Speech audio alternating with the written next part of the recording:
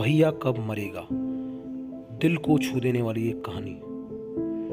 एक दिन गाड़ी पर भारी बोझ होने के कारण रामू उसे ठीक से संभाल नहीं पाया और तेज रफ्तार से आ रही ट्रक की चपेट में आ गया। अगले ही पल उसकी मृत्यु हो गई और उनके पीछे उनकी पत्नी जानकी और दो बच्चे गुड्डी और गुड्डू रह गए। एक तरफ रामू का अंतिम संस्कार किया जा रहा था और दूसरी तरफ उसके बच्चे रो रहे थे।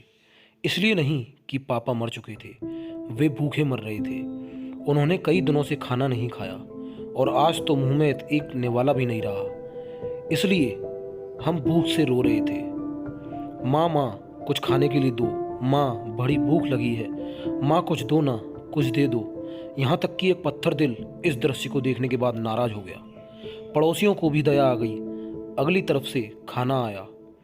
आज लंबे समय के बाद गुड्डी और गुड्डू पूरा भोजन कर रहे थे। जानकी ने अगले कुछ दिनों तक उसी तरह उधार लेकर अपने और बच्चों का पेट पाला और इधर उधर पूछती रही, लेकिन यह कब तक चलेगा। लोगों ने मदद करना बंद कर दिया। जानकी ने पागलों की तरह काम खोजना शुरू कर दिया, लेकिन तमाम कोशिशों के बावजूद किसी ने उसे काम नहीं दिया। जब थक कर घर लौटी तो बच्चे उसकी ओर आशा से देखने लगे। गुड्डू ने तुतलाती आवाज में कहा, लाई हो माँ, जल्दी से खिलाओ, बड़ी भूख लगी है।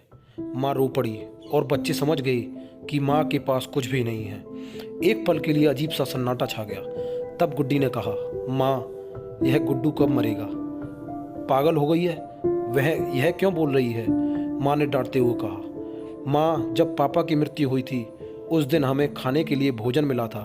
अगर गुड्डू मर गया तो खाना आ जाएगा। की बातें सुनकर माँ की आंखें फटी की फटी रह गईं। उनके पास गुड्डी की बात का कोई जवाब नहीं था। तो दोस्तों, ये थी दिल को छूने देने वाली कहानी।